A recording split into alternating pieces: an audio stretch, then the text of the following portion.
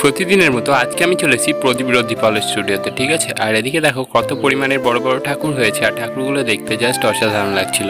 আর প্রদীপ রুদ্রপালের হাতে কাজ তোমরা হয়তো সকলেই জানো, যারা আগের ভিডিওগুলো দেখেছো তারা হয়তো সকলেই জানো যে প্রদীপ রুদ্রপাল মানে সব যে কুমারটুলিগুলো আছে তার থেকে একটু চমৎকারিত্ব সৃষ্টি করে। সেই জন্য দেখো এদিকে ঠাকুরগুলো নীল পাড়ের কাজ চলছে, এখন নীল রঙটা দেওয়া হচ্ছে শাড়িগুলোয়। আর সেটাকে আমি দেখতে দেখতে দেখো কত উঁচু, আর এদিকের যে উপরের যে চালিগুলোর কাজ, সেই চালিগুলোর কাজটা জাস্ট অসাধারণ লাগছে। এবার আমি একটু সামনে থেকে দেখানোর চেষ্টা করছি যে এখন ফার্স্ট প্রলেপের যে রঙের কাজ, সেই রঙের কাজটা এখন চালু হয়েছে। আর দেখো সিংহটা দেখো দেখে জাস্ট অসাধারণ লাগছিল। আর এদিকে লক্ষ্মী আর সরস্বতীটা দেখতেও জাস্ট অসাধারণ লাগছিল। আর সবচেয়ে আমার চোখে পড়লো যে এই মাতৃ প্রতিমাটা, এই মাতৃ প্রতিমাটা দেখে আমি জাস্ট অবাক হয়ে গেছিলাম। এই মাতৃ প্রতিমাটা আশা করি খুবই সুন্দর লাগছে তোমাদেরও, আমার তো জাস্ট অসাধারণ লেগেছে। আর এই মাতৃ প্রতিমাটার মাথা ছিল মাত্র 23টা, ঠিক আছে। 23 মাথা ঠাকুর আমি এবছর মানে আমার দেখা সব থেকে সেরা প্রতিমা এই প্রতিমাটাই এবছরের হতে চলেছে। মানে এখনও পর্যন্ত যেগুলো দেখেছি সব থেকে সেরা প্রতিমা আমার এটাই লেগেছে। আর এদিকে দেখো লক্ষ্মী গণেশ যা যা লাগে সব কিছুই আছে। আর এদিকে মুখগুলো দেখো কত সুন্দরভাবে সাজানো হয়েছে। আর যে মেন যে মূর্তির মুখটা, সেই মুখটা দেখো এদিকে কত সুন্দরভাবে সব মুখগুলো একই রকম করা হয়েছে। আর এই প্রতিমাটার উপরের যে কাজ, সেই উপরের কাজগুলো দেখো জাস্ট অসাধারণ লাগছে। আর এদিকে কত খুঁটে খুঁটে কাজগুলো যে করতে হয়েছে।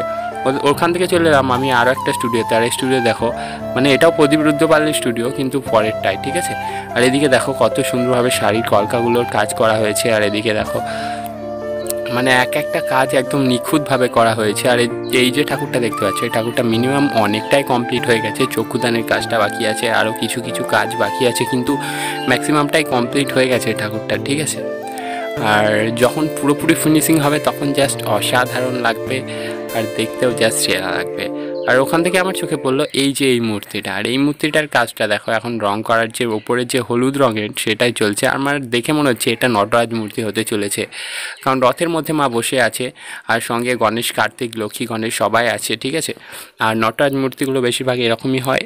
সো এই মূর্তিটা নটরাজ মূর্তি হতে চলেছে আমার মনে হচ্ছে, ঠিক আছে। আর কত সুন্দরভাবে যে এখানে কাজ গুছিয়ে করা হয় সেটাও তো তোমরা দেখতে পাচ্ছ। আর বাঁশির বেরি থেকে এবার আমি যাব এই যে এই প্রতিমাটা দেখো চক্ষুদান মিনিমাম হয়ে গেছে, ঠিক আছে। এখন মানে যে চুল লাগানোর যে কাজ, সেই কাজ চলছে। এখন সাজের কাজটা কমপ্লিট হলে এটা কমপ্লিট হয়ে যাবে, ঠিক আছে।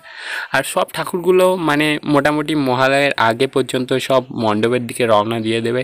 শ্রীভূমি ঠাকুর তোমরা দেখতে পেলে যে রওনা দিয়ে দিয়েছে আগামীকাল, ঠিক আছে। কালকের ভিডিও যারা দেখেছো, এবার আমি তোমাদেরকে এই ঠাকুরটার ফ্রন্ট থেকে দেখানোর চেষ্টা করবো কত সুন্দর লাগছে। হাতের কাজগুলো প্রদীপ রুদ্রপালের আমার জাস্ট সেরা লাগে। তোমাদের কেমন লাগে অবশ্যই কমেন্ট করে জানিও।